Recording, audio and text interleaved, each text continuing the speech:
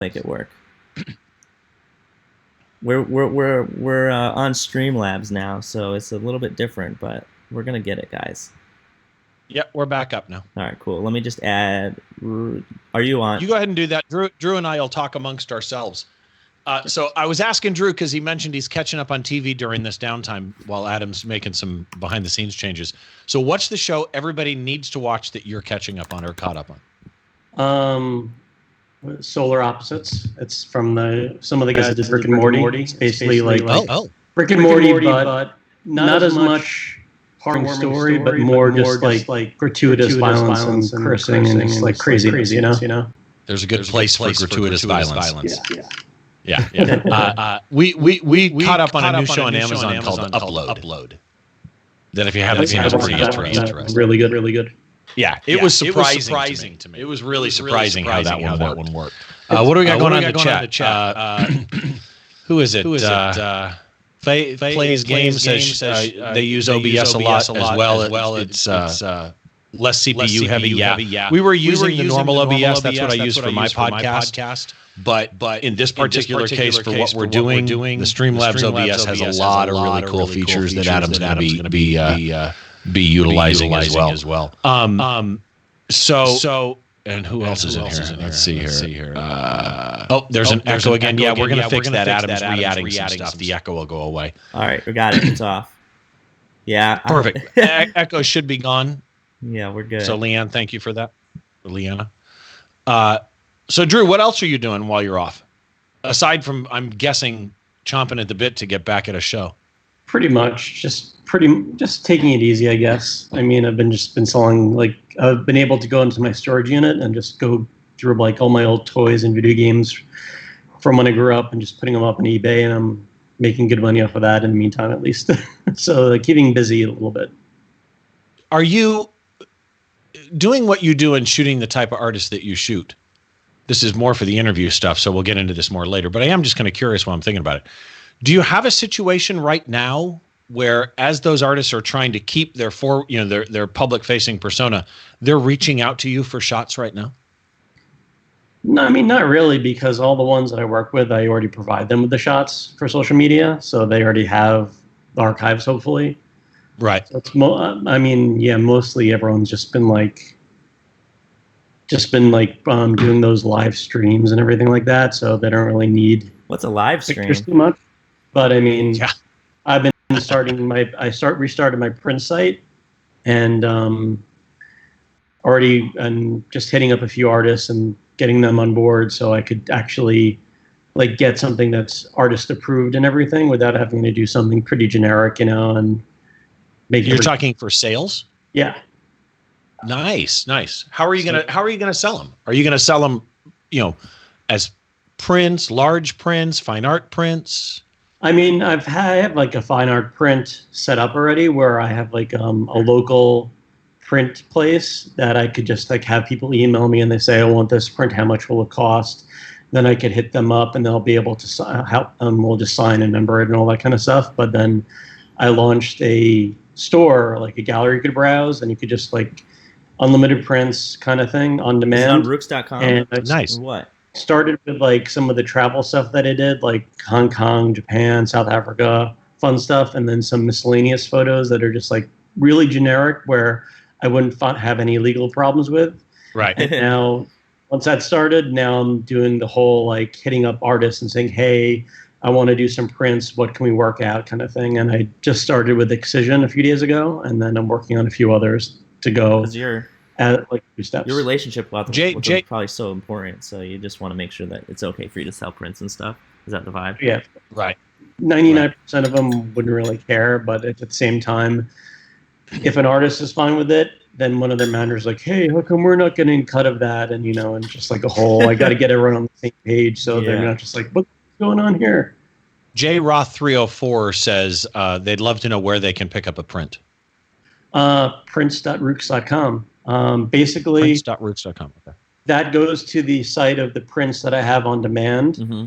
But then if you go to my website and you go to the buy prints link, you'll find the email address to like set up like a fine art print if you need something that I technically can't sell on demand, unlimited. I need to sell. I need to have it signed, a number, Yeah. all that stuff. So there's 2 ways to do it. Yeah, that makes sense. Are you all done, Adam? Yo, I am good to go. We can jump into this. I think just before we get started, I want to say we have these now. So whenever we'll shout somebody out, we got Shano Photos is now following. Thank you for following. You guys should be able to collect some sensor dust now. So if you'll see that by the bottom left of your chat, as you're here, you can collect it and eventually redeem it for a critique. And we'll get this stuff going. But I'm just new to being an affiliate this week, so bear with me. Other than that, the new things are we got Pikachu or SpongeBob on screen if you do stuff. And Sensor dust was brilliant, by the way. Yeah, you guys, everybody's got to collect sensor dust. You usually just don't want to, but it just comes by itself. You're at 300. Just like I like what lens on your camera for like a month, not even taking it off. Then you take it off, and it's like coated with like snow, and you're just like, how did this happen? Who put this in here? What's going on? Yeah. Who let you in? Matt Benton said these streams are getting high budget. Yeah, it's okay. We're still hanging out. But that being said, I think if you're down with it, Drew, let's jump right into the interview here. So we're just going to try to give everybody, if you guys have any questions while we're doing this, feel free to ask. We are going to do Q&A at the end. This is a good vibe chat, so anything you want to talk about, go for it. Thank you again for being here, Drew. This is sick. No problem. Thanks for having me. Yes. I don't know the last time I saw you. I'm trying to think. In real life. Was it a show? Was it that show in Arizona? I don't know if it was a show. I think when I was still working with Zedd, you came by his house, his old house, and we played Magic. Oh, yeah. That was sick. I think that was like right before you moved to LA, I think. Yeah, well, that was a while ago. Sounds like somebody just fell over in that place. Yo, J-Rod, thanks for the subscribe. I think you're like the first subscriber. Sweet. Yeah, we did play Magic and Hearthstone. And I haven't stopped playing Magic since. Steve knows what Magic is now. I know. I remember having you explain it to me, and one day I got to try it. Yeah, it's fun. All right, cool. Well, let's jump to the interview here. Check out this transition, guys. You guys ready? Shabam. You're big now. Look at how big you are, dude. You got the whole screen to yourself. Oh my god. Well, hold on, let me look. Yeah, there we go. I have the whole screen sticking out. Extreme close-up. Yeah, let's go. And we'll get the chat on there too. But yeah, basically want to check in with you and figure out we could briefly go over how you got started, but I know that's what most interviews are about, so we're gonna get to some good stuff. Thank you for describing Cornish Gamer. We got you. Appreciate that. But you started. How long ago did you start shooting? How many years has it been now? 15 years probably. I mean, the first time I actually shot a gig with a camera was in 2004. Oh wow! But that was just point and shoot, and that wasn't me doing it as a job. Yeah. I think the first time was 2000. By the end of 2005, that's when I started transitioning into an actual job. So I technically around October 2005 is my official okay, this is what I'm doing kind of thing. So where are you from? New York. Okay, and you just swapped coasts. Is that still where you live? No, I live in LA. He's now. here, Steve. Okay. You're one of us. Yeah, sunny. It's not snowing. Yeah. I don't know. That snowed, bright white light could be snow. You never know. Snow's reflective. Yeah. I'll sneak up on you. Then when did you move here? Basically, 2004. Probably 2 or 3 weeks before I moved out, that's when I actually started shooting in New York. I just kind of started taking pictures of before I left. I'm these DJs are playing in New York City. I'm just gonna go see what it's like before I move to LA, kind of thing. That makes sense. So go, Steve. I'm curious, when you're looking at moving from New York to LA, was it because directly you thought it would improve the photo career? Were there other tangential reasons that you decided to come out west?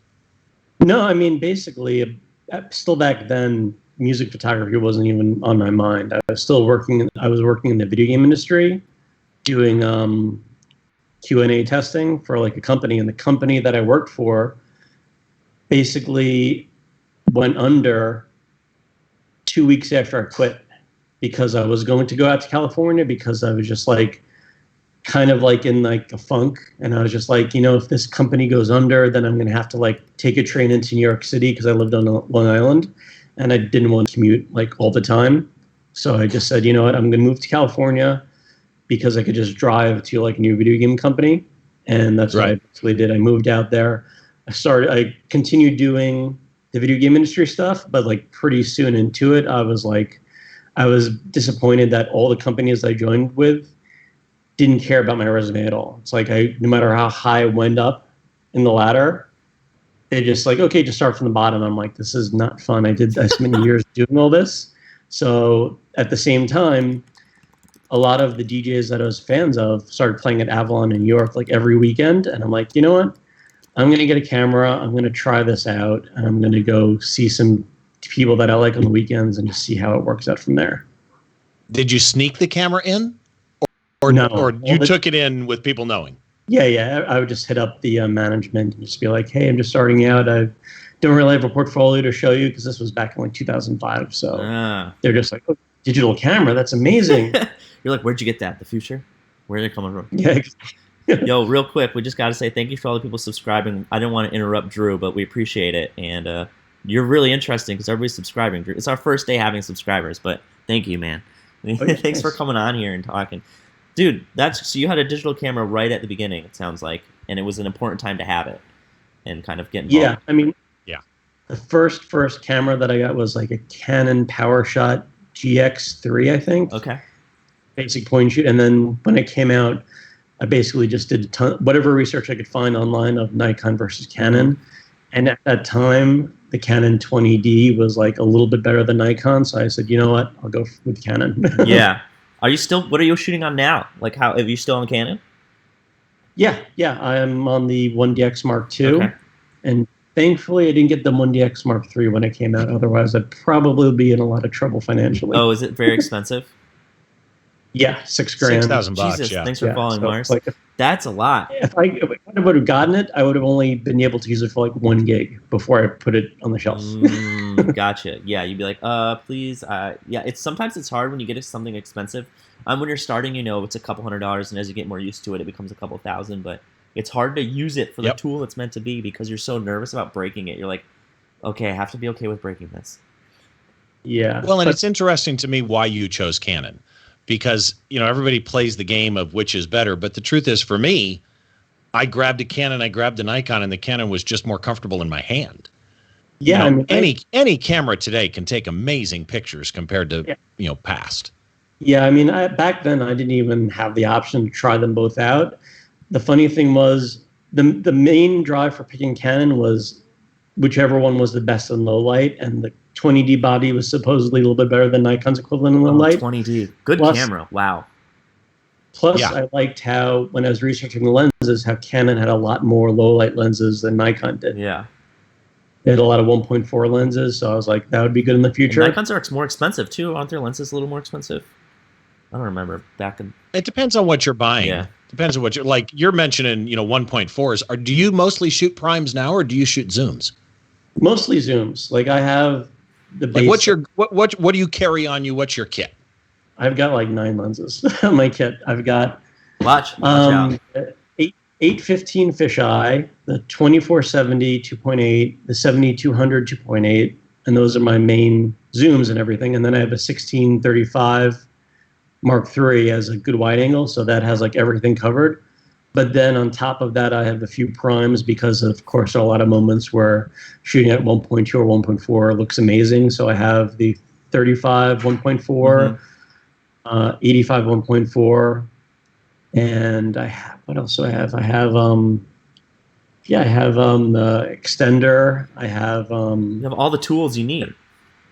Basically, yeah. It's at the point where there's nothing new that I need to get. Oh, and I have like the 90 millimeter tilt shift too. Oh, okay. But I'm at the point where I have so many lenses. You're using a tilt shift?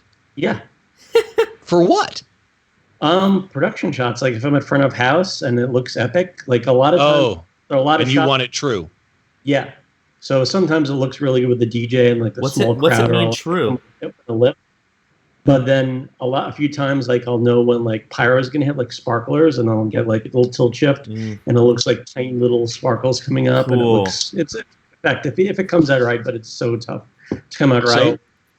For those that don't know what a tilt shift is Adam asked, what does it mean to be true? A tilt shift lens is a lens where you are able, if you're looking up at a building, for example, to shoot a building, the perspective of the lens will make the lines not be horizontal or vertical. And a tilt shift lens literally has knobs where you can change the optics inside the lens to make that lens get all the vertical lines vertical and the horizontal lines horizontal. So when he shoots the stage, it looks like it's designed. Yeah, but I mostly use it for like the micro kind of look, where it's blurring the top and the bottom. I tilt it up and everything. Like the mini model type of look? Yeah, the mini model kind of look, yeah. Dude, chat is going off on you. I just want to say, Bruce, this is awesome. They love That's you. good. Yeah. And they got a hype train going and left some emotes, which I got to learn about still, so. I'm watching stuff go by. I don't even know what it is. I've got to ask you one more question here, Rukes, because I've asked this of Adam before, because I had Adam on my show and I talked to him about a Travis Barker shot that he did, and I think he shot it at 1.4 or 1.8 or something. You made the comment that there's a couple of primes that you have because of the fact there are moments during the show that are just awesome for 1.4. Yeah. Describe to me what that moment is, right? If somebody in the chat is going, when do I need a 1.4? I mean, aside from always, what are those moments to you that just are crying out for that super shallow? I mean, the funny thing is, backtracking a little bit, the original reason that I got the 51.4 was the first one that I got. And that was because a lot of DJs back then in like 2005, they wanted like no lights on their set. They wanted just like very little strobes going off and everything. And it was that was like the vibe. And you couldn't use so it was like almost impossible to get a photo of them. So I would use that and just like try to be as steady as possible and focus as steady as possible just to get like one shot where it was like, oh, you could see the DJ.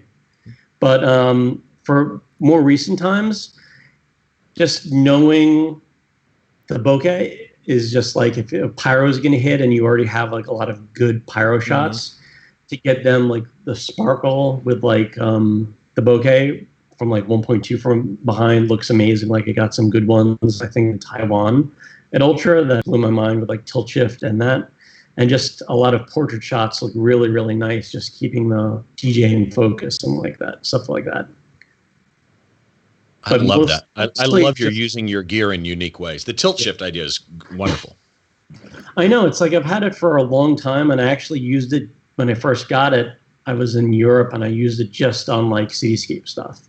But then I was like, I got to figure out how to use this in DJ stuff. And it took a while, but it actually, the industry had to catch up with the tilt shift, because doing tilt shift when there's no real production, you can't really see anything and it doesn't really matter anything. But once like LED panels and fireworks and all these crazy stuff started getting added to it, then it's like, oh, this stuff gets affected by the tilt shift. Let me see how it gets affected and work it into my work, So it's been catching up to it. Are there other things that you've pulled from, like you mentioned that, you shoot a tilt shift and you kind of did some personal work or some not hired work with that first? Are there any other things that you've added to your arsenal that you've pulled from like personal work or that have inspired you in how you shoot DJs? Good question. I don't know. That's a good question. I think. Sorry. I mean, pretty much because all my photography is based on DJ stuff. I would get everything just for that. Like I think at the time the tilt shift was the only one that I got. Well, that one I got, the tilt shift was like the main and only one that I got just for like fun. Yeah. And then you knew when you bought that it did that, that toy effect, like when you see a city from up above and it looks like you knew that when you bought it. Yeah, I got it just for that. Like if I'd go in toward Dead Mouse, I'd be like, oh, if I'm in a high spot, I could get like a cool cityscape and everything. And then I didn't even think about really using it inside my DJ gear and stuff like that. And then I got like the 1050 Pancake, just because I'm like, oh, it's cheap. I'll just try it out to see what it's like. But then I realized, well, I could just do the reverse focus and put it on backwards on my camera and get really, really close macro stuff. And that's one thing I always forget about because it's buried in my bag. But it's one of those things that every time I remember, I'm like, ooh, I got to try to see how this works. Gotcha. And then I remember I rented that, and what is the MP35, whatever, that really long super macro tube kind of lens that Canon has. Yeah. And tried that for like 1 or 2 gigs, and it was just way too much. Just like kind of balancing and trying to not to move. But I mean, it came out a lot of cool stuff. But it's one of those things that's a little too much for me. Yeah, it's like you have to balance between what you draw for, like, okay, this is how I want the photo to be, and how much the client's like, we don't need this. What are you doing? Right. You're not getting our shot. Yeah. Where's our pyro shot? Yeah. You know, it's something that I really something I really like about your photography is that my main tiff, or like the reason, like, I'm very picky with what I like, and I really like how perfect I would consider a lot of your images, like especially the wide shots, the front of house shots, the behind the DJ shots. Is everything is so well put into the image. Like, you know, you're like, okay, where are the the speakers on the side at? Where's what is in from the DJ booth? Where's the DJ? What's behind the DJ's head that separates them from everything? Like, all this stuff comes together so well, whether it's subconscious or conscious. How long did it take you, do you think, from going from I'm shooting a DJ show to like, okay, these are the components that make this shot? Like, how long did it take you to develop Rukes? If that makes sense. It was gradual but pretty quick. I mean, when I first started, I just shot in JPEG, and I would do like so little editing in it. I'd just do like brightness, contrast, and then just like on the JPEG, and just like, and that kind of taught me how to get the photo right in the camera, you know, without having to say I'm going to edit this later. It just kind of like, okay, make it. And back then, I hated cropping too. Like, even just like. Even the same ratio, I just like, I have to leave it the way it is, and I kind of like train my brain to get everything as correct as possible in the camera. And I think around like it wasn't until like 2010, like 5 years later, that I actually just said, okay, I'm going to switch to RAW. Yeah. And then I switched to RAW, and then I was like, okay, let me get more into modifying the photos and editing and how they work, and I could tweak things a little bit more. And then it wasn't even until like maybe 5 years after that, maybe like 2014, 2015, where I'm like, okay, I'm going to start, some images are not coming out too perfect, so I'm going to just crop it a little bit in the same ratio, you know? So at least everything looks the same ratio, but it took a while just to even want to, just like, I was such a purist that I was like, I can't crop it. I got to leave it the way it is because that's the way it is. But then I would just kind of like, that's thinking a little too deep, you know? I don't know what thinking too deep is. I'm at the point now where, yeah, to me, it's whatever different pictures almost call out for a different look. Yeah. And a different crop. Yeah. And, exactly. you know, yeah. But I agree with Adam. Like the shot we're going to talk about today, what you included and the way you framed this thing, whether it's cropped or not, wherever it's framed, whether it's in post or in camera, you included all the right stuff. Yeah, I mean, the funny thing is, a lot of people when they see me shoot at a festival, a lot of photographers will just go crazy with photos, and they'll just kind of almost spray and pray kind of thing, and I'll just be the one sitting behind the DJ just watching, and just like not taking pictures and being like looking at like the person who's going to set off the pyro, looking at what the DJ is doing, listening to what the song's going on, and just processing it all in my head and just kind of waiting for the right moment. Then like a minute or two before the right moment, getting the settings right, getting the monopod on, getting the right height for everything, and just like get everything set up so then when the moment comes, then I just go crazy and then I capture it. And do you use remote cameras? I use I don't use any remote cameras. I just have a monopod with a tethered remote for some of the behind stuff, and then I have a photo mask for like front of house, like huge production stuff, where I'll just put it all the way up and put like a Camera Ranger 2 on there, and then just use Wi-Fi on my phone to take a picture. And if you're me at a show, you know how Drew was talking about how he does a show. If you're ever at a show and you're shooting with him, all you have to do is just watch him. It's so much easier. So just watch what he's doing. And then like when I was shooting DJ stuff, I was like, I don't know what I'm doing. But Rukes is here. He knows what he's doing. So let's just follow his lead. I mean, anytime any other photographers are on stage and I know what's coming up, like if I know the set or I know when production's coming up, I'll just like tap him on the shoulder and pyro's going to come up in the next song. Yeah. You know? Just let everyone know so we all get our spots. And that to me, somebody commented, I think last week, that they found sometimes when they went into pits that it was clickish. But see, what you just described is my experience. And that is even somebody from a security crew coming up and going, guys, just so that you know, confetti shooting off first song halfway through. Mm-hmm. Just so that you know, that way you can be ready with a wide angle or whatever you want. People sharing, watching other people, like stand and watch Adam at self-help to me is a joy. because you can learn a lot by just seeing how people who are with that tour all the time or do this full time, how they react and how they time, and more importantly, how they relax. Mm-hmm. Yeah, I mean, a lot of people, it's funny because a lot of photographers do treat it as competition. Like, the way I look at it is like, if I stand next to another photographer, and even if we have similar camera settings, our pictures are going to end up completely different in the end, you know? And it's like, a lot of photographers, even tour photographers, will like not even talk to me because they're just like, I got to get my shot and I don't want Rukes getting a better shot and stuff like that. And it's like, it doesn't work like that. Different photos. No. It's going to matter. Like, I'm going to get photos that I like, or going to get photos that you like. You know, it's all going to be different. Yeah, know? it's like you should. I feel pretty strongly like that. You should never really look to see if somebody is getting more or less than you. You just want to look to make sure they have enough. And like when people get distracted with the more or less, I'm like, don't. If you're good at what you do and you're a good person, like that stuff just doesn't matter really. That's old school in my opinion. Like people don't worry. Yeah. If you have to fight for a shot, it's just not. We don't have time for that. Exactly. Well, it's not fun, and two, it's like one of the early questions you asked him is you have to find your own voice. Mm-hmm. Really, to me, success in photography is when you have found your own voice.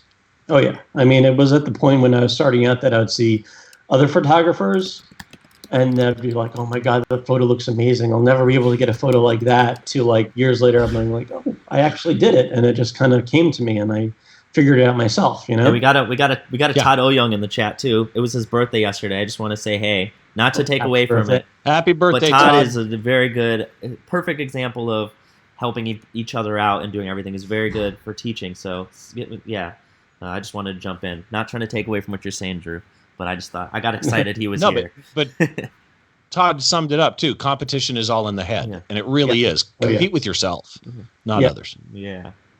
Awesome. Dude, I love our chat. They're so nice to people. Happy birthday, Todd. Man, so good to have everybody wish him a happy birthday. Yeah, that's great. Definitely. Yo, I think so, Drew, can you share your screen with me? I need to get that set up. Just hit the share screen for me. It's in Skype. So, Steve, yours isn't on, right? Yeah, so it's the bottom right. No, mine is not just on. Hit that. Did you need mine on? No. We need... What, you're going to do the live edit now? Hold on a second. Yeah, no worries. It won't go live once you share it. I'm going to set it all up, and I'll make sure that it's just what we're going to look at. But if you want, just pull up the shot. So as you talk about it, you can zoom in on parts or talk about things. Who do I share screen with? You? Yeah. If you just hit share screen in the Skype, it should work, right? Do you see it in the bottom right? Yeah. Bottom right in Skype, you'll see two little square windows. Click that and shit. Yeah, there you go. Okay. Cool. Let me set this up. I think we're rolling. Cool. I got that, and I'm just going to set it up. And Steve, you can keep going for a little bit. If you guys want to interact with chat or whatnot, go for it. Sounds good. And let me see what we've got in here. Let's see. First of all, the love for Todd in here is just amazing. iShootShows.com, by the way. Let me just plug Todd's thing. Yes. We all have read. Thanks for the subscribe, Pay Play, by the way. Yeah. So let me talk about this shot here really quick. Did you want me to get into the shot now, Adam, or you want to wait until after the edit? Oh no, we're gonna get into it. I'm just pulling up his screen so he can talk about he can kind of point around to the shot. Drew, you want to put the shot on your screen so I can do that, and you can just minimize the Skype call if that makes sense. Yeah. So there you go. Raising a glass to everybody. Anybody else celebrating their birthday? Happy birthday. I've got you, Drew. I've got hiding your top bar and your bottom bar, and then I've just got the right side and the shot in the screen. Is that cool? Yep. All right, sweet. Boop. And then let's make sure we got chat box on here. Cool. All right, I am going to throw that live. You all ready? Yep. All right, cool. Let's do this. I'll just put the shot in the middle. Cool. Oh, Rukes.com. I got to get that on there too. That is sick. All right. Yeah, I'm hiding. Making it as big as possible. Making it as big as possible. Hiding. Where did Rukes come from? Where did Rukes come from? It was just a typo from when I was back on America Online. Back on America Online, 90s, in like Someone just made a typo, like someone just made a typo, like this game rules, but instead of saying rules, they are next to each other on the keyboard. L and K are next to each other on the keyboard. And then me and my friends start saying, whenever using that as slang rules, we say this game Rukes, and then rules, we say this game Rukes, and then changing my screen name. Changing my screen name, when I signed up, back then I when I signed up, I had no real name. I just made my screen name a real name, and I'm like, you know what, I should actually. And I'm like, you know what, I should actually just make something that's real quick. I think we have an echo. Real quick, I think we have. Oh yeah, welcome to my life. All right, yeah, that's because I add the screen share. You know, you guys, one of these days it's gonna better and better, and one of these days it's gonna be, you just wait. But yeah, production quality is a goal. It's. And I could do. I have my desk. I'm on my desktop, so I could go to. This is Rook's chest. I could put up the party page on the background, so I can look at it. There you go. Yeah, you can always pull up chat on your phone too, if that's easier. Yep, I got it all set up. So echo. We're off the echo, right? Everybody's good. We're good. All right, cool. I think so. Yeah. Somebody said pretty sure "cho" again at first, like "choo choo," and I thought it was a train. I was like, "Ooh, a train." But it was echo. So while we've got this shot up, before we go into the edit, I want to ask you some questions on this shot. Is that all right, Adam? Yeah, we're going into behind the shot where Steve is going to take he's going to be the conductor on this one. Because there's a lot of, I said it earlier, and that is you included all the right stuff to me in this shot. The way that you framed this, was this, you grabbed a shot and got lucky? I mean, were you aware his hand going up, between the flames, dead center, your speaker placement? The hand going up, no, but everything else, yes. Because I knew the always difficult thing is whenever you're doing different festival, all of them have different pyro and different flames and different strengths. Like you could have pyro that looks like this, but it just uses such hot propane that no matter what you do, the flames will get like completely wiped out. And then there are some like this where you could get kind of like half and half, and he bounces around a lot. So it kind of like the hand was up like I didn't know, but I set it up the flames and the position and all the speakers and everything right, And I just want to jump in because you're framing. Whoop. Yeah, go ahead. I was going to say, how long have you been I know you're like pretty much very good friends with this artist, with Zedd, but how long have you been working with him? Oh, I'm not friends with him anymore. Oh, well, how long? How long were you friends with him before you weren't?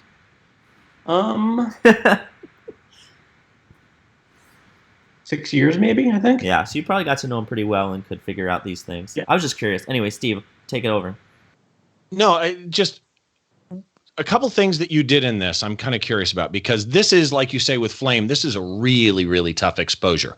Yeah. Because you're trying to keep the highlights of the flame, which are going to blow out unless you so underexpose that bringing any shadow detail back in the bottom left and right corners or on the back of the hair is going to be almost impossible without a ton of noise. So as you're shooting this, what are you thinking to balance being able to see the crowd, see detail in the hair, because otherwise it's just a black round blob. Yeah. But keep enough detail in the flames. You're not going to be able to keep all of it, but to keep enough. What are you thinking as you're exposing for this? Basically just exposing for the flames mostly, because I know that if I get it right, it'll light up everything else around it and I can pull from the shadows, because I'm going to be shooting at such a low ISO. So for flames, I'll just start at like 100 to 100 ISO, but if it's kind of like a really dark open area like this one, then I'll bump it up to 400 just to get a little bit more. And then from after that, then I'll just get some settings try some settings out on the first flame, like my aperture and shutter speed and all that, and then just do like kind of like a test, because they'll use flames like crazy. They'll just go crazy, so I could just use the first time as like a test. And then I'll just let the flames go off. I'll just take a few shots. I'll go through the camera, look at it, see how it's exposed, see if it's a little bit too overexposed or underexposed, and then get prepared for the next photo with different settings to get it a little bit better. When you're composing it, is it in your head? Let me rephrase that. What's in your head to tell the story? So to me, the fact that you left the stacks on left and right in here, right? The speaker stacks, that tells the story of what this is more than the DJ equipment in front of them. Mhm. the audience, all of that. What are you thinking as you're composing a shot from the point of view that you know you've got to give it to management? Again, for you, this isn't personal art like a lot of people that are in a pit trying to create. You're creating a product for marketing for an artist and for a management company. So what are you thinking in the back of your head to solve the problem that management company or artist needs? It just overall just getting a photo that you could just look at it and just be like, wow, I want to be there, you know? Just even if it's from a view that the average person is not going to be at, it still kind of like invites you to just look at it and be like, wow, I want to be there, you know? So just like kind of getting the whole vibe of everything, like pyro flames, what the whole situation looks like with like the stage, the crowd, just like everything all in one to get like one kind of like overall kind of broad photo. The fisheye effect, by the way, Yeah. perfect for this type of a shot. Do you approach shooting DJs on stage different than when you shoot a band on stage? Definitely. I mean, with a DJ, usually everyone's kind of huddled in the middle, and the production's pretty wide. And the DJ booths get higher and higher as the years go on.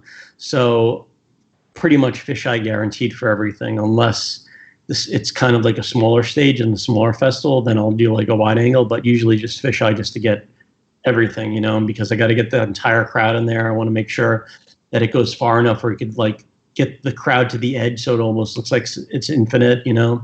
Get like I like that. As much of the DJ as possible. Get as much as the production as possible, you know. It must be Adam answering in the chat. When you're shooting this type of thing, if you were to give to the people that are in the chat that may go out and shoot a DJ show or you know whatever EDC in Vegas or whatever, what's the main tip or top 2 tips that you would give somebody that has shot bands before but suddenly is faced with shooting a DJ? What's your 2 main tips to help them transition to that? Probably one of the main ones would just be to start, just get the lowest aperture you could get. Get as wide open as possible. If you have a 2.8 lens, stay at 2.8. Bump the ISO to the max you're comfortable with. Like for me, I rarely get too high. Like 1600 is my average, and I'll go to 3200. Like even on a 1D Mark II? Yeah. You could shoot 6400 in a blink of an eye. The only problem with that I don't like is just like when you get to that point, it gets a little too noisy for me. And then when I add he's a surgeon, man. When I add like skin smoothing to it, it kind of makes it like a little more plastic, you know? So that's the one thing I try to avoid. So I'll do like the 1D Mark II, I'll do 1600, 32 max. And then the next camera I get will probably be 3200, then like 64 max, you know, like little gradual steps. But yeah, the first thing I'd suggest is just get the aperture as wide open as possible and just be patient, be as patient as possible. And just, you got to stabilize yourself because a lot of this stuff is pretty low light, even though there's a lot of good production going on. And you've got to just like kind of like with bands, like the light goes on the DJ, goes on the artists. Right. But with most DJ sets, the light is behind them or in front of them or anywhere but, you know, there's a lot of times where like in this photo, there's almost no light on the DJ itself. You know, all the light is on the stage or the LED panel behind it. And you just have to be as steady as possible, and you've got to just we got to stop for 1 sec because Josh just came on. You saw Josh is in there. We got Josh from A Day to Remember in here just gifting subs to people. Oh my god, dude, that makes me so happy. Sorry, Rukes. I hope you were done there. I hope I didn't cut you off, but I just got distracted. No. Wow. I was going to mention it too when he was done. Hi, Josh. By the way, fellow streamer Josh. This is my friend Drew. Drew is a photographer. Josh is also, he's streaming these days. Obviously, they're not touring right now. And he's the one who taught me how to do all this stuff. I called him yesterday, and he walked me through it all. So, thank you guys for subscribing. This is crazy. I got SpongeBob on here, too, because my girlfriend loves SpongeBob, so, you know. So, anyway. I thought that was an original photo. You confused me for a second. What'd you say?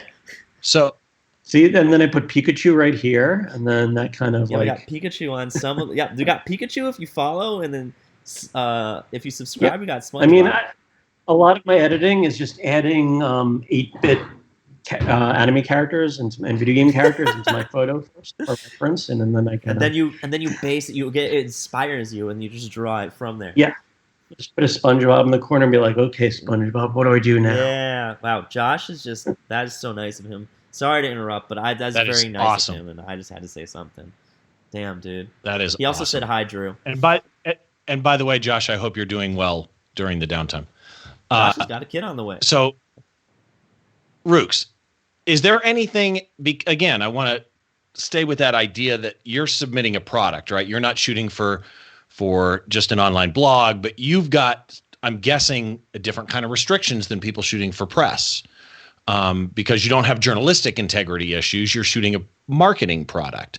Is there anything you won't do in editing? I mean, will you clone? Will you change color? Will you do any of that, or do you try and stay true?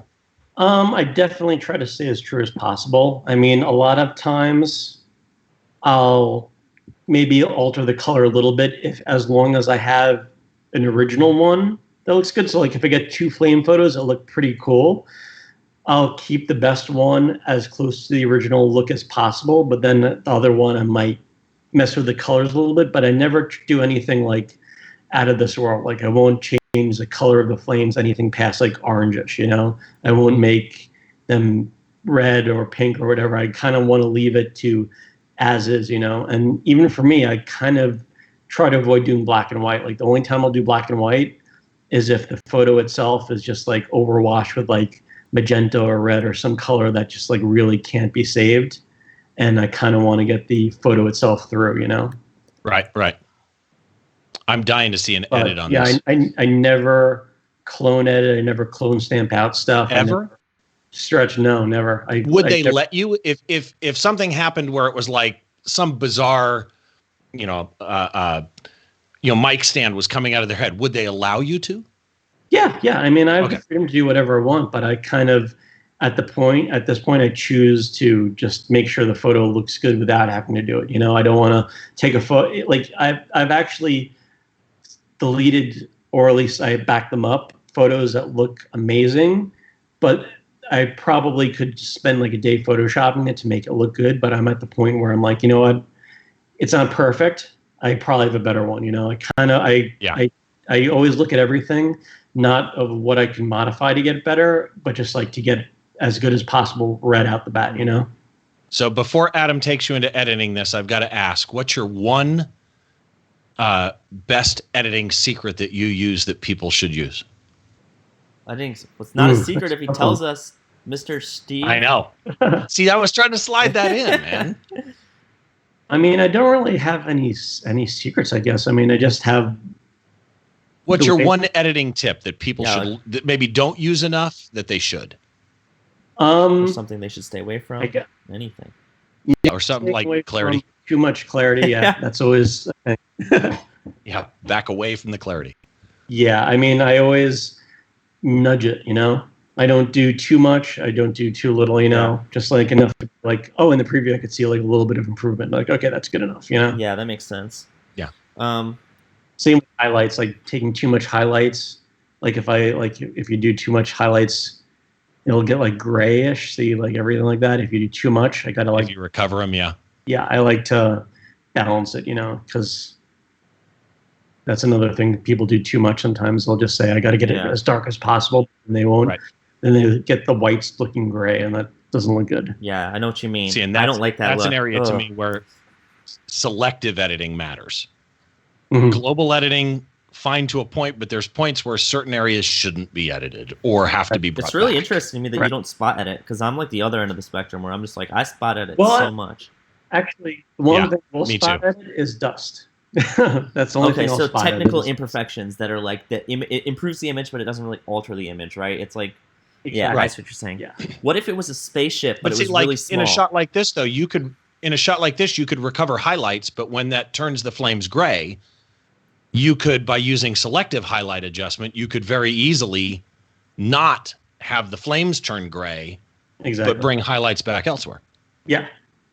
But at the same time, like a lot of the times when I'm doing these photos, I got to get them quick, and the quicker I could get them edited, the better. Yeah. So like that's just like a few more extra steps than I want to go to. It's one of those things that I can do, but at the same time, I don't want to get too crazy into it. How many do you submit at the end of a show? Like right after, like I usually do like maybe like 15 or so selects. Like I'll just go look through the film strip and be like, that looks good. I'll edit it a little bit. That looks good. I'll edit it a little bit. And then send them all out. And then after that, then I'll go through the deep dive and go through the photos one by one and start deleting a little bit more and editing a little bit more and everything like that. But it's mostly based on the way, like I said, the way that I capture the photo in camera. So if the embedded JPEG in the RAW looks amazing to me, then that's going to be one of the first photos that I edit. Okay. Yeah, that makes and how fast? I don't know if you answer this, but and then how fast do you usually have to turn around for most jobs? I know it's different depending on what you're shooting, but let's say a normal festival gig. When do you have those images shot Friday out? I mean, a lot of them they'll just say just get it to us before the night, but I'll usually just get it done like half an hour after the show. So you're editing those just pretty quick, really. And today, you can kind of show us maybe a quick edit, but then you can also say like, if I had more time, these are the things I would do. You can kind of walk us through, realistically what you would do for a job, and then if you're like, okay, preparing this for your portfolio, what does that look like, and kind of show people how it's different. Right. But yeah. Josh, do I need to do something for Prime? I'm not sure. Anyway, Steve, do you have any more questions before we get into the edit here? I'm dying to see the edit. I'm dying to see the edit too. We're going to get into the edit here, guys. Steve and I are going to you're not going to be able to see us. You're going to be able to hear us, however. But let's switch this over. So it's just going to be you and your photo in the chat. And there we go. And let me just double check the audio. Steve, you want to do a little check for me? Check. All right, we're good. Cool. Well, yeah, if you want to, basically, I would say the edit before the edit is what we've kind of asked people is like, when you see this image, you've decided to use this one. When you look at it, how are you deciding how you're going to edit this? Is there like, do you know what I mean? Like, how are you going to approach this? Do you test anything out, etc.? It depends. I mean, I do have a lot of presets that I have that just have like ideas, and a lot of those I just use just to, like as like a base starting point. Especially if like a lot of the photos aren't good naturally, there's problems with the production or something, and it's kind of not looking that great. I'll just try to remember like a preset. I'm like, okay, this might look good with this, and I'll try it out, and then I'll just browse through it and be like, okay, this is a good starting point, and then from there, then I'll just redo everything. I'll just like change most of the sliders around. I'll be like, okay, this like little fade looks good, but then I want the colors different. I want the sharpness different. I want this different. I want the exposure a little bit. Kind of like start with a base a lot of times. Gotcha. Well, if you want to take a crack at it, go for it. We're all ears, and you can kind of just talk us through it. If you want, do you use presets or no? Or are you going to do it all me? I do use presets. I mean, I don't even remember what preset I used, if I even used a preset for this one originally, because it's from 2017. Yeah. Okay. Well, if you need me at any point, I can always change the visibility of your screen. I know some people don't like to reveal all their presets, so if you want me to take them off, just let me know and I can do that. I know I already shrunk everything down, so it's just the photo and the editing thing. So I'll try to get it as close to no pressure the original JPEG as possible from what I remember. Right, so this was a JPEG. This was not RAW. It was RAW. It was a CR2. Yeah. JPEG that's out in the wild. The one that I have on my website. All right, let's see it. I mean, the first thing I always do is just do a little bump in clarity. I think back then there wasn't texture dehaze. Yeah. Because it was 2015, so yeah. So no, there was dehaze. I think dehaze just came out, so I just like bump a little dehaze, bump a little bit of clarity. That's usually what I start with, and I do the exposure contrast and everything like that. So I'll just like, if it's flames, I'll just like make it a little bit darker, and what was it? And then we do the shadow. Hold on. I haven't edited a photo in like 2 months, so I'm kind of like, wow, this is all new to me. You're fine. There's no rush. We're here to hang and watch. Yeah. First thing I always do after that is, make it a little bit bigger, just bump the shadows and then bring down the highlights to kind of like balance that all out a little bit. So work that out a little bit. I know it's going to be, I think I actually had standard back then. Yeah. So I had something like this to start with. Then I'll do a little bit of exposure because I could see like it's a little bit too bright in between. So I'll drag it down a little bit. Do you ever play with white balance? Sometimes, yeah. Like this one, I think, looking at it, I think I did make it a little bit more warmer.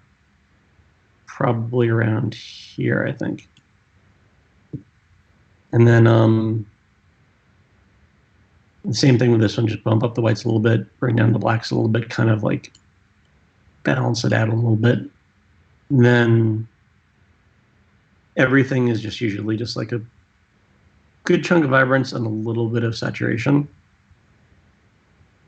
And then I don't really mess with that.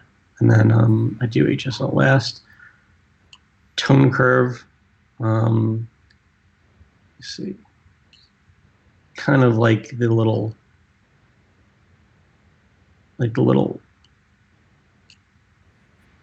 S part a little bit, just like. See, that's how I got the kind of, I looked at it and I'm like, I kind of want it to be a little bit more like, hate the blacks to be a little bit more gray and a little bit more, not as dark. Because I don't know why I looked at it. I'm just like the color that he's in, where he's red, and then everything I kind of wanted to bring out the blacks a little bit, So you crush them a lot. Thanks for following, Hung. You crush them a pretty good amount down there. Is this how much you'll leave them? Like, yeah, I see what you're saying. I mean, it's not usual. Usually I don't crush them as much, but just this photo itself, I kind of looked at it and I kind of wanted it to look like that. I just kind of like, when I saw the original photo, I just had the look of like crushed blacks in there for some reason. Yeah, no, dude, that's awesome. I love that effect too. It's a fun effect to use. Yeah, that's one of the. It's almost film-like to me. Yeah, exactly. It's kind of like when I look at a photo, I'm like, that kind of, I want it to look a little bit more film-like. Reminds me of an old 1970s film or something. Yeah, exactly. And I bring that down a little bit. Little Bright said matte looking, which I agree. Kind of matte as an M-A-T-T-E. It's got that matte effect. Who's matte? Exactly.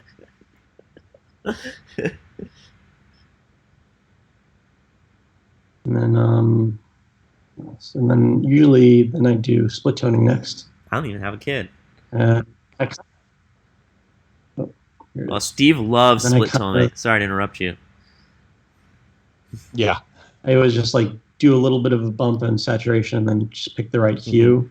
And this one I kind of went with like a little bit more, like a little bit kind of like bluish, kind of a little bit like blue in the highlights. Something Is that what you're doing? Yeah, blue in the highlights. I never really mess with the balance because I kind of like to do either or, and then the shadows. I have a friend in Australia who does split toning on black and whites a little bit. He adds a little bit of yellow into the shadow areas. I don't think I did too much in the shadow. I don't think I even did anything in the shadows, did I? What we do in the shadows? What we do in the shadows, I don't think I did much. I think I kind of left it the way it was. I think I just did highlights, but I'll just leave it around there because that looks good. Then the HSL color, just the whole mess of everything.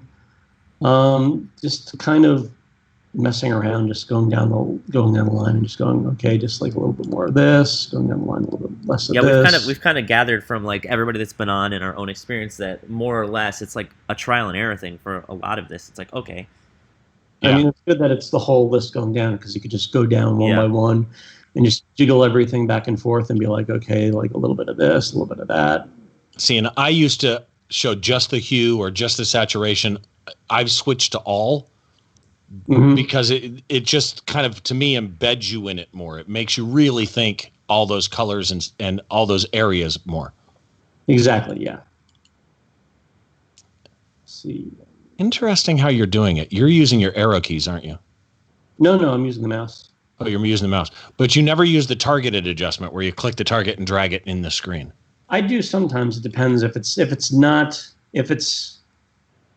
I mean, I don't remember if I did or didn't. I think I might have. I think I might have just brought a few things down, but I'm trying to remember specifically what I did it. Usually I'll do it. It just depends on the photo. Like this Daniel one. said best Sunday ever. People are loving watching you do this. I think. Yeah, this is cool. It surely beats what I used to do on Sunday. Watch whatchamacallit, Curb Your Enthusiasm, but it's no longer coming out, so now we had to start this.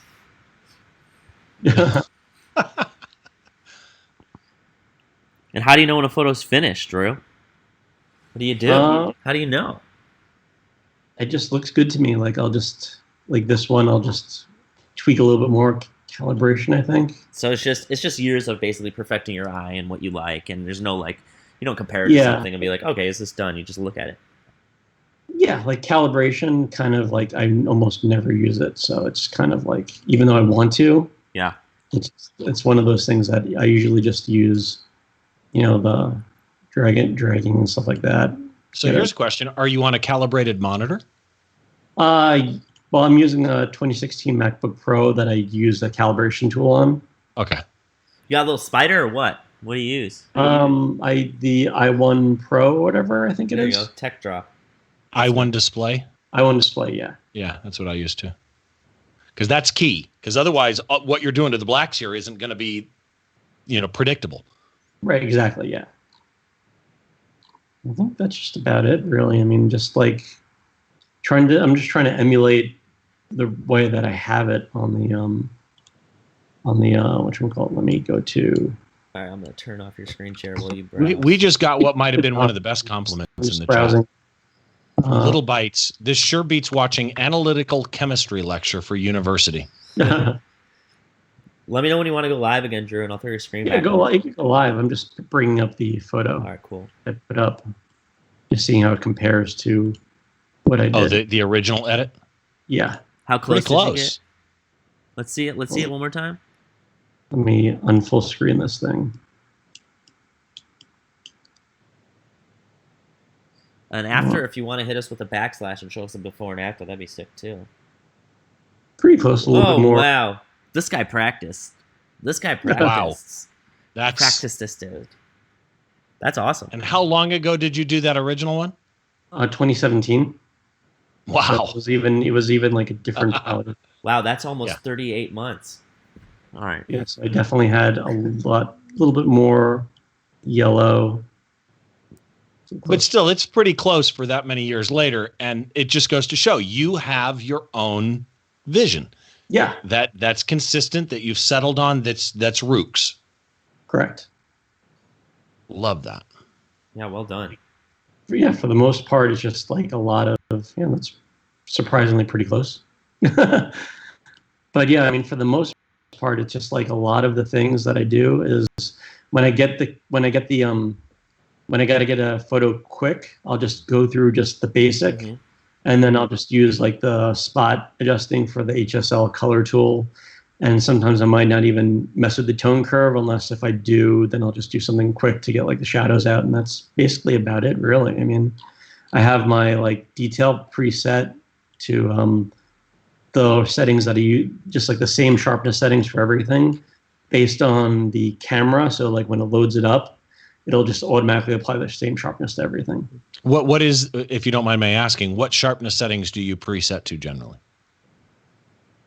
Just a different amount of, basically just like a sharpening and radius, noise reduction, everything like that. I just have like a preset like this, and it's basically evolved from the first camera. Like the first camera that I did, I had the settings, and then I just like every new camera, I just like the first thing I'll do is edit a photo with the new camera and then just like adjust the sharpness and everything a little bit depending on the sensor just to like improve it. And then I'll save it as the default for that camera in Lightroom, so it'll load up as the default for everything like that.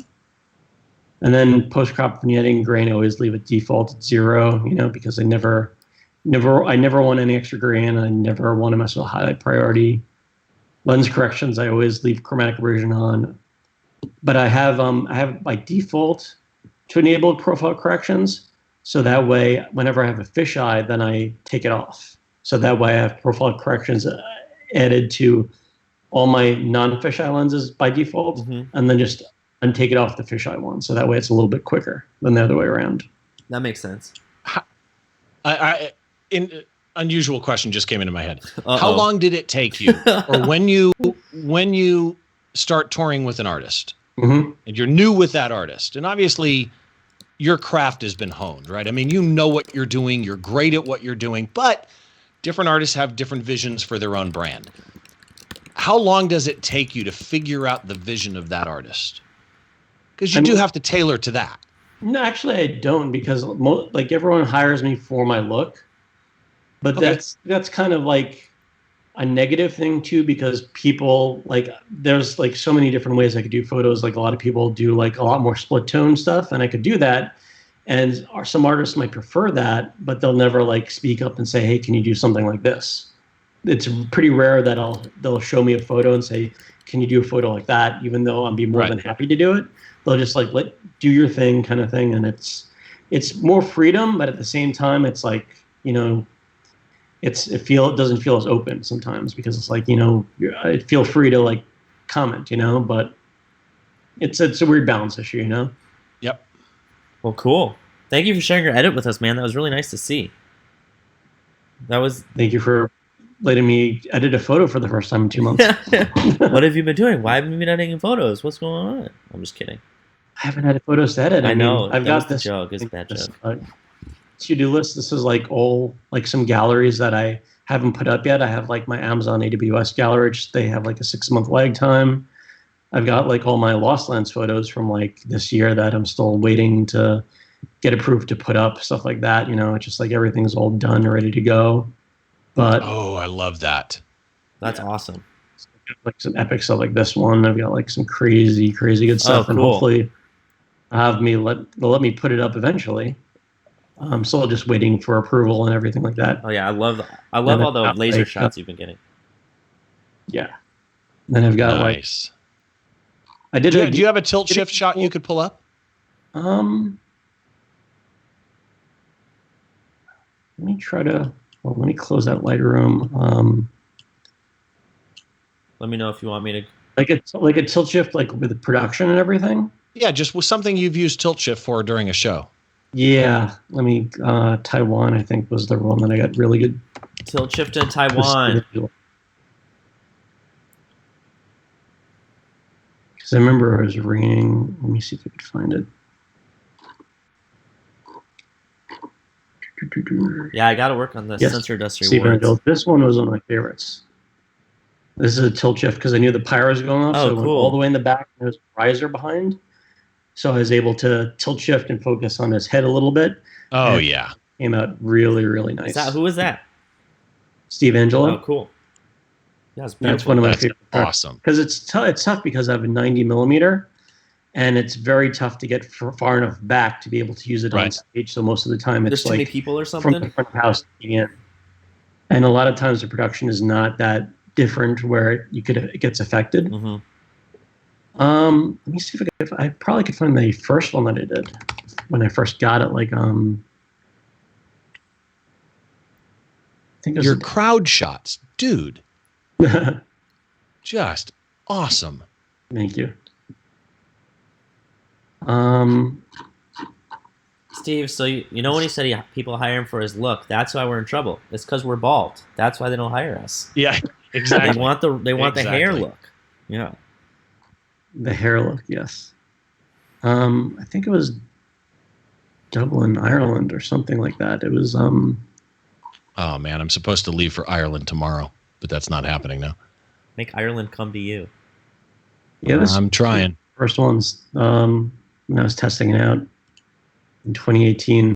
I just there was like a train track next to the hotel, so I just went tilt shift crazy. There you go. You Yeah, get the toy train effect. Cool. yeah. Yeah. Like this one. This was like one of the first ones that I took with my tilt shift.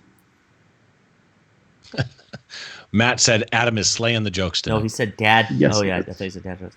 Thanks, guys. I got tons. But yeah, and then I've got a really good DJ Snake gallery that I took pictures of at the shrine, but like there was just like so many management things in the background that every time I asked for approval to post them, I don't hear anything back. So I'm just gonna probably eventually post it anyway. Like this one is pretty Don't awesome. do that unless you're Rukes. Yeah, exactly. That one's pretty sweet. That was So- beautiful. Just beautiful work, dude. Just beautiful work. Well done, man. Thank you. DJ Snake. Yeah. And then the other one that I have is just like I've been putting up all the Swedish House Mafia One Last Tour photos because they were eventually, when they were done, they're like, okay, we're going to make a book on this. And then I never heard anything. And it's like everything just kept getting delayed and delayed and delayed. Like, we're going to do a comeback, we'll do a comeback. Yeah. And then I have these galleries of just what I have left. I just have like some setup shots from LA. Second, I put me have, back on. Second. All right, Yeah. I got your eyes. Well, cool. If you want to share. so like I put up all the gig galleries already. Like I just finally put up the last Miami one up on Monday, but then I still have like some random ones that I don't know if I'll put up. I have like this one, which is just like set up shots from the LA gig. This is sick. We got a peek inside Rukes' brain. Rukes is. Then I've got this one is really epic. This is like Miami gig. This is just like after the last show. Oh, cool.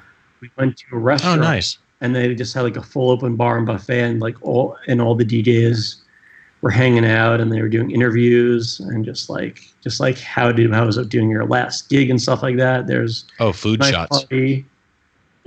I don't know who most of these Here's- people are, but I know they're DJs because you took their picture.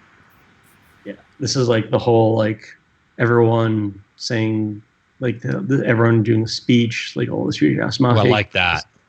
When was Swedish House Mafia's last show? Was it by choice or was it because didn't somebody? That's when homie passed away, right? Or I'm not good with my DJ stuff, but No. Oh, this was Curly, the tour manager, who presented a photo that I took of him, like off the cuff at Madison Square Garden. We're just like, they just like, set up the shot. We're going to bring him up on stage, and we'll get a photo of him, and we'll gift it to him at the end of the whole tour. So that's the photo at the that's the wrong bottom group. of him posing with it, and then us presenting the photo with him.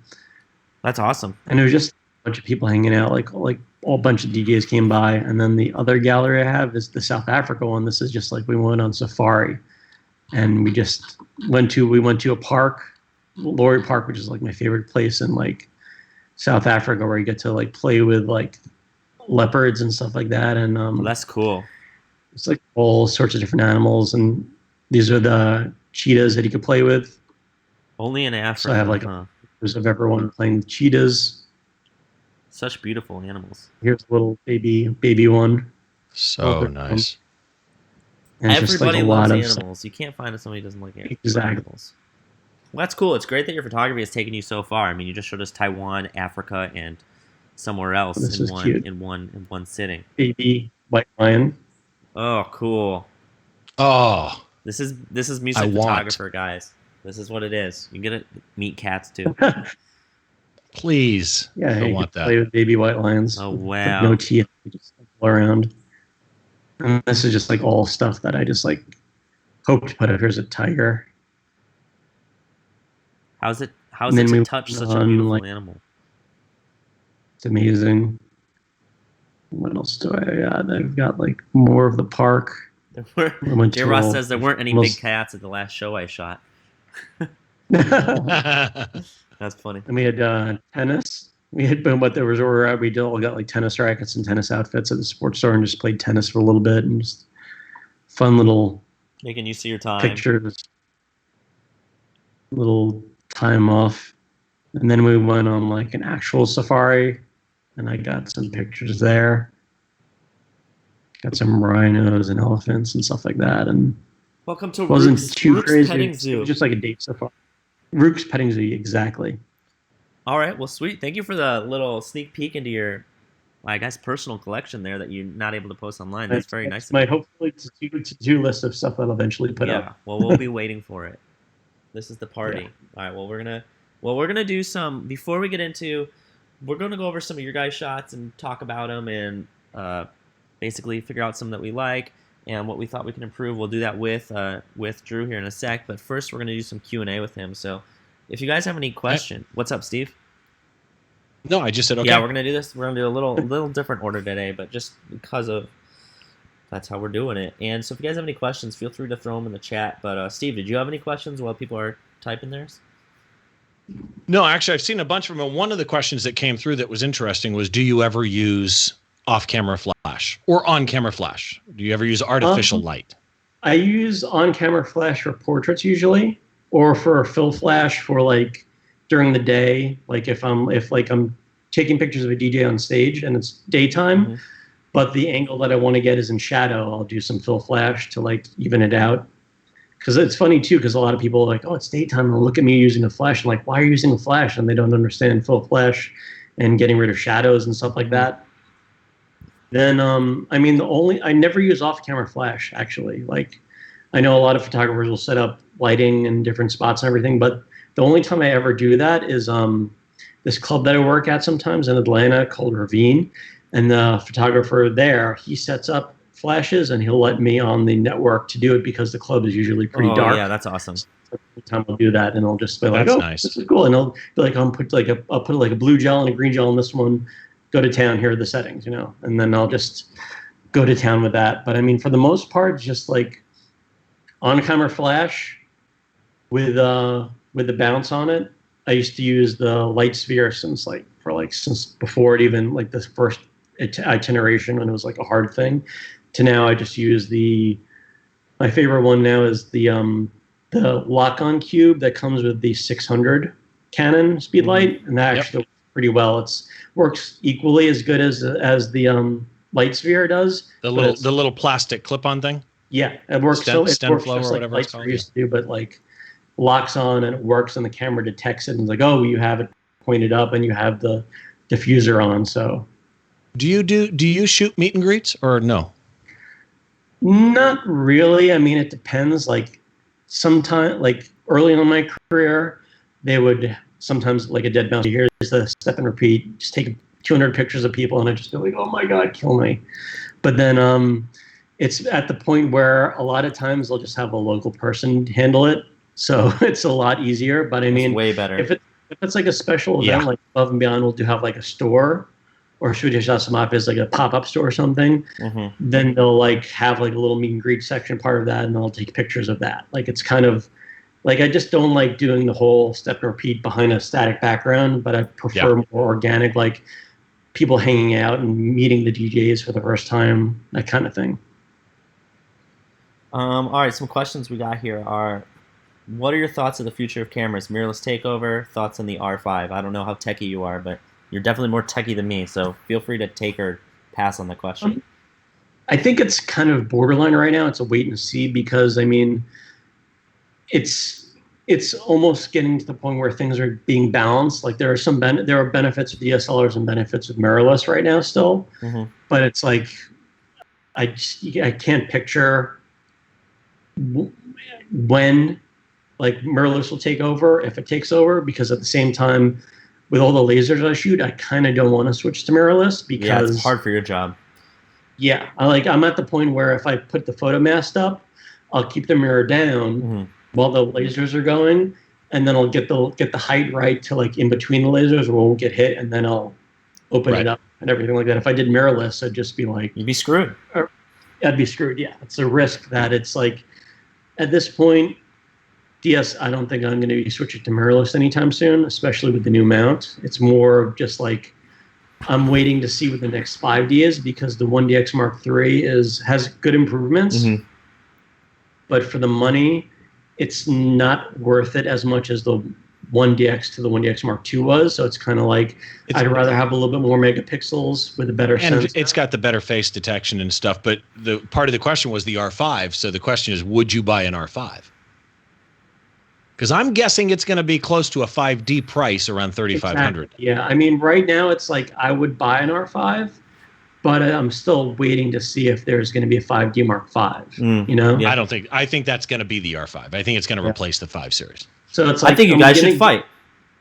Yeah, how dare you? But I'm Cannon brawl. I'm at the point where my camera, of course, still works fine, but I'm just going to give it a year or so and wait till the beginning of next year before I see what's in the pipeline and be like, okay, maybe I'll switch to the R5, at this point. What do you, J. Ross said you seem to bring a lot of gear with you. Do you carry a huge suitcase, or what's your gear pack like? Let me see if I can He's left. He's acting like he's got getting a visual suitcase, aids. but he's actually just going to leave and not come back. Whoa. There it is. Oh, that's a think That's tank. a think tank. Yeah. Think tank commuter backpack. Yes, so Yep. good. I've got Love 'em. all the lenses, so I've got. Can you turn it upside down so lenses come out real fast? Just like fall. Yeah, I'll do that. Yeah. But I'll show you everything, I guess, while I'm here. I've got my 7200 Mark II, Okay. which is in such beat up shape, but I mean it's still working. Yes. Walk through the bag. Walk us through the And bag. I've got my 1600 EX R2, which actually with the diffuser that like clips on, Okay, yeah. it's really nice. You just like satisfying snap, and it's very compact. Then I've got snap. I love it. my 1635 Mark III, Perfect. I love that lens. the 2470 Mark II, which I love, but it just causes the most trouble out of everything with focusing. It's just like so. I mean, the Mark I was really crap compared to the Mark II, but the Mark II, just like it's still one lens that's like my walk-around lens that I have to bring in so often because the focus just like loses it back. It starts back focusing, and it's just like I don't know if the one that I have is a lemon, Yeah. but it's just getting to the point where I might just buy a new one just because I'm having so many issues with it. You know? Yeah. But then I have my 1DX Mark II, which is, as you can see, pretty worn on the edges still. Yeah. So it's definitely not in perfect shape. And then I've got, in the other corner, I've got my 90 millimeter tilt shift. Okay. It's the old version. I mean, I would love the new version, but at 2,300, to also have it as a macro lens is a good benefit, but I don't think I'm at the point where I need to spend $2,300 on a new lens just for macro. Clearly, you don't have your priorities straight, Drew. Yeah. Clearly, you don't. Then I've got my 8 to 15 fisheye. Oh, nice. Which was the camera that shot the photo we all edited, right? Yes. Or the lens, excuse me. Yes. Then I got my at 15. Now, on a full frame, if you do that at 8, it's circular, right? It's not. It doesn't fill the. Yeah. Okay. I mean, with this, you could get up to. Let me see. You could get up to, like, right before the 14 mark, before you goes start circular. taking the edge of the lens. So it's actually like a 14.5 lens, and then once you go to 14 and lower, then you see the sphere. Gotcha. But it's pretty cool that you could just. It's a lot better than the 2.8 was. Then I have the 35-1.4. And I have the Classic. The 85-1.4 IS, which actually I got rid of the 1.2 because the 1.2 I was finding was just like it's so difficult to get perfect focus on that at 1.2 that it was almost getting to the point where like I just bump it up to 1.4. And then when this came out, the 85-1.4 IS, it's just like amazing looking, you know? Sweet. Then in the corner, I have my 2x Mark III extender. Okay. And then the pancake lens, which I almost never use, but I have just in case. And then I have in the front, this is what I have in like the front pocket. I've got like my little lens filters. I've got my wired remote. I've got my blower. I've got my Nightcore flashlight, and I've got the extra battery. And then in the pockets, I've got everything else. Got any old sandwiches in there or anything? It breaks my back every time I use it. You mentioned filters, and I'm curious, and Cassie in the chat also asked, what filters do you use? ND filters, star filters, polarizers? What do you use? I have a polarizer that I got from Kickstarter. I forgot which one it was, and I rarely use that because I always forget about it, and I'm never out during the day usually. But it's always good to have a polarizing filter just in case.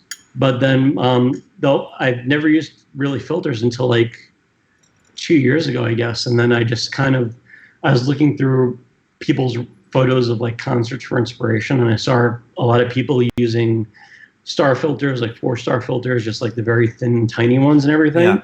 And I'm like, I never really see anybody in the dance music industry use star filters. So you started doing it? So I said, yeah. So I was doing a Steve Aoki tour, so I got an 8-point filter and I put it on there, and I just started using it. And it was a lot of college gigs, so the production was more basic and a lot easier to work with.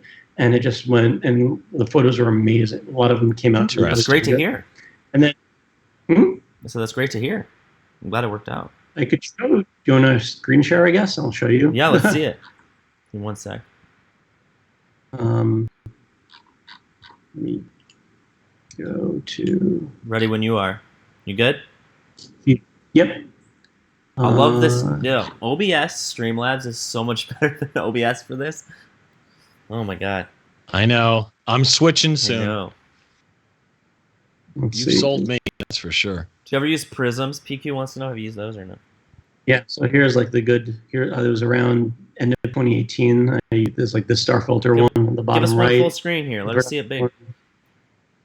Okay. If that's possible.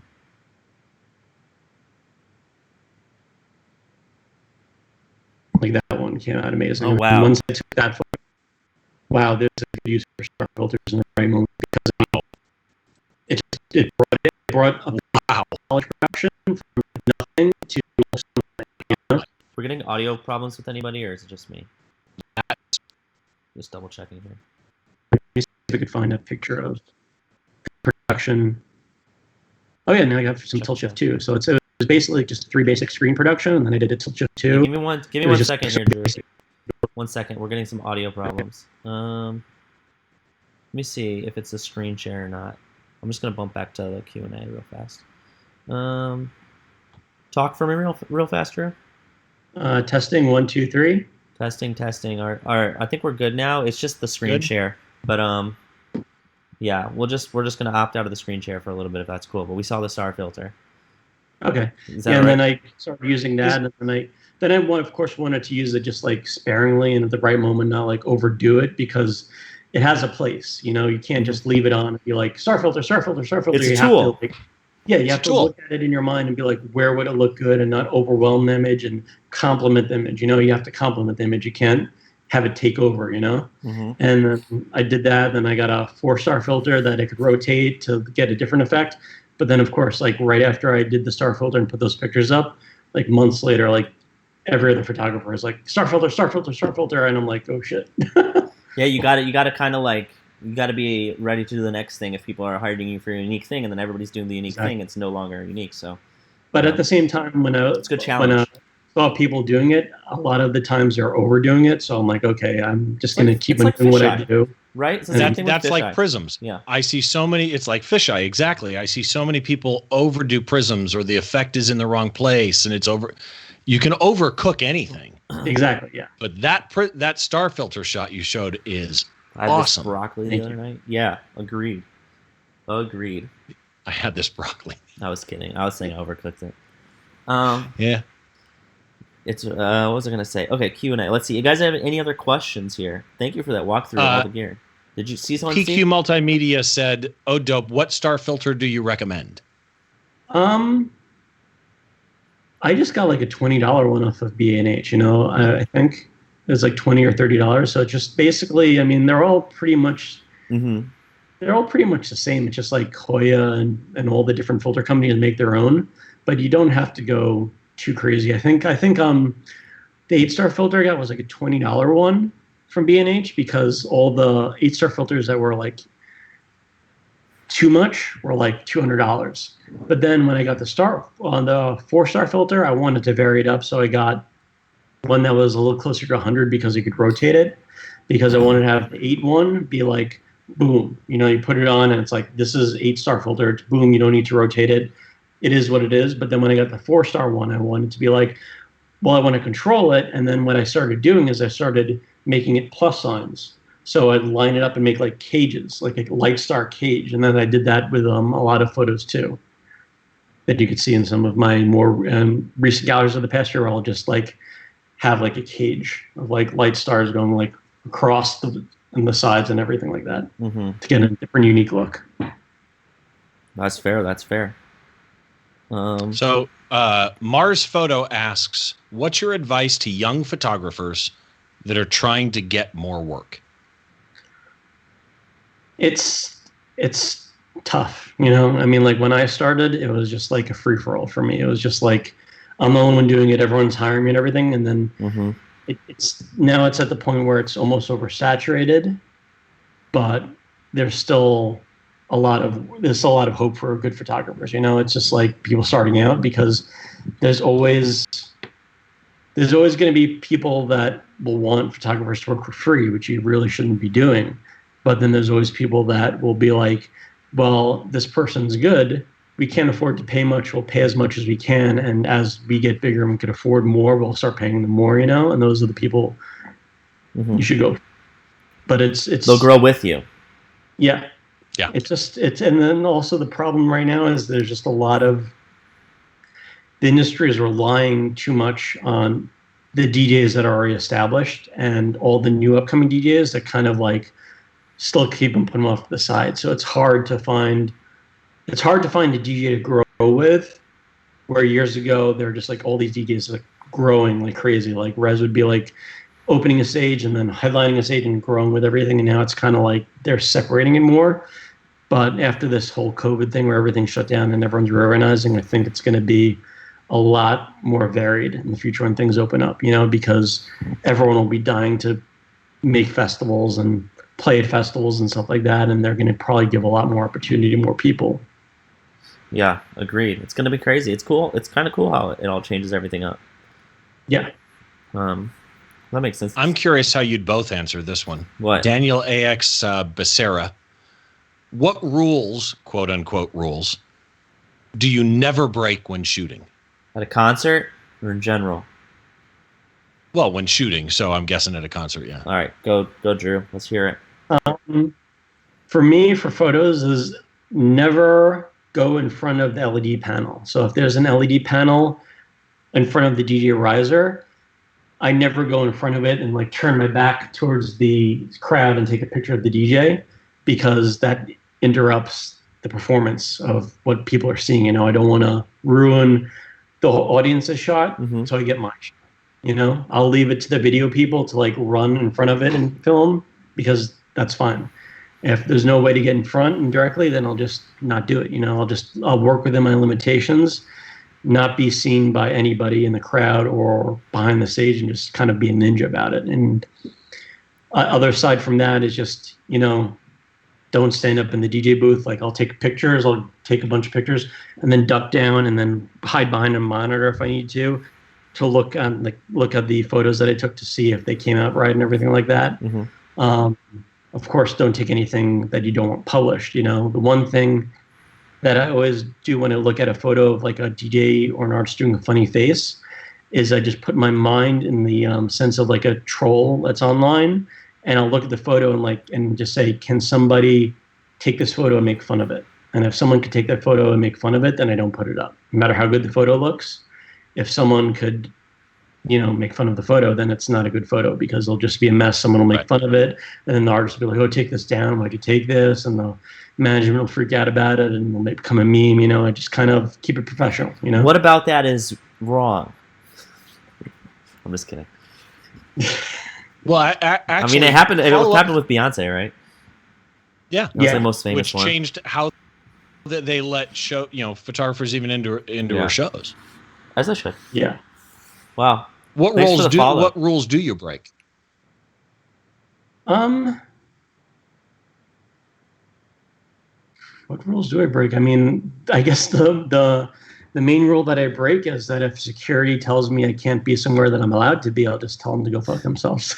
Whoa. And then that's when you start throwing down the fists. Now There's a lot of times where like I'll have like an all access wristband or all access pass, and I'll go into the pit in the front.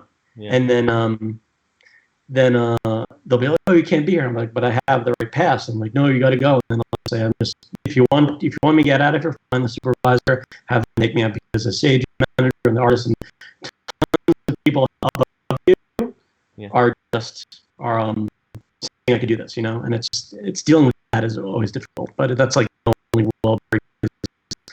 One sec. I don't know what's going on with the audio. Stand by, Rukes. Stand by, Drew. 1 second. Let me see if I can get rid of this again. I don't know why it keeps doing this. Check. 1, 2, 3. Let me hear your voice, Drew. Testing 1, 2, 3. Testing 1, 2, 3. So I can just switch the thing and then it'll be fine. I guess that's all we gotta do. All right. Well, testing 1 2 3. I don't know. Talk to me for a sec. Let's see if we get it fixed here. Yeah, Yeah, how you doing? Is it it's working? not working. Why don't you unshare your screen with me if that's possible? Let me see if we can do that. Maybe that could be That could definitely help. bandwidth. Let's do that because we don't need that anymore. Yeah, exactly. Let's give it a sec to calm down. Not there. All right, cool.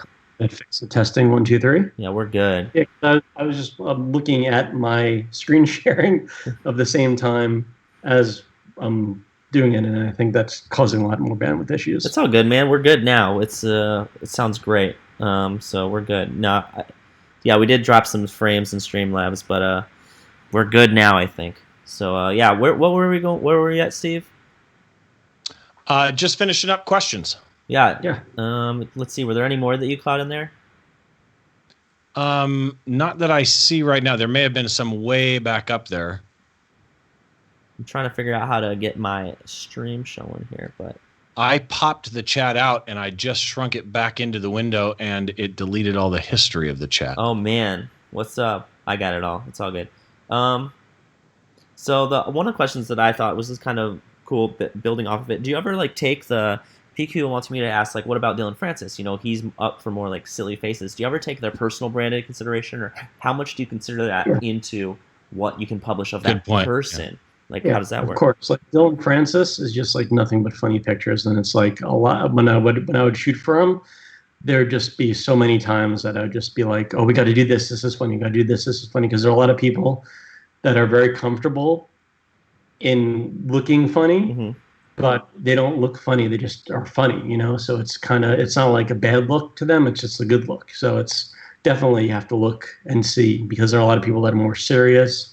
And like Dylan is, there are a lot of people that are more funny, and you could do crazy stuff. And they don't. That makes sense. Yeah. Steve, you see, is there anything? If it's choppy again. Oh no, I just scrolled up. I was like, no. No, it's not too bad right now. No, it's very good. Is there anybody you know, who's your bucket list to shoot? And actually, take it a step farther. Who's your bucket list to shoot in the DJ world? If you could shoot a band you've never shot, I mean, who's your bucket list? Honestly, if Daft Punk ever came back, that's like my dream DJ thing. And I actually had a chance, because when they premiered their Pyramid at Coachella, I had a photo pass, but I didn't have the right credentials to take pictures of Daft Punk, and I could have snuck it in the crowd. But it was the point where I looked at it, I'm like, this is too epic right now to actually bother myself taking pictures with. I have to look at this and soak it in. Things that were just like. But other than that, I'm taking pictures. So many DJs, like especially of a whole variety.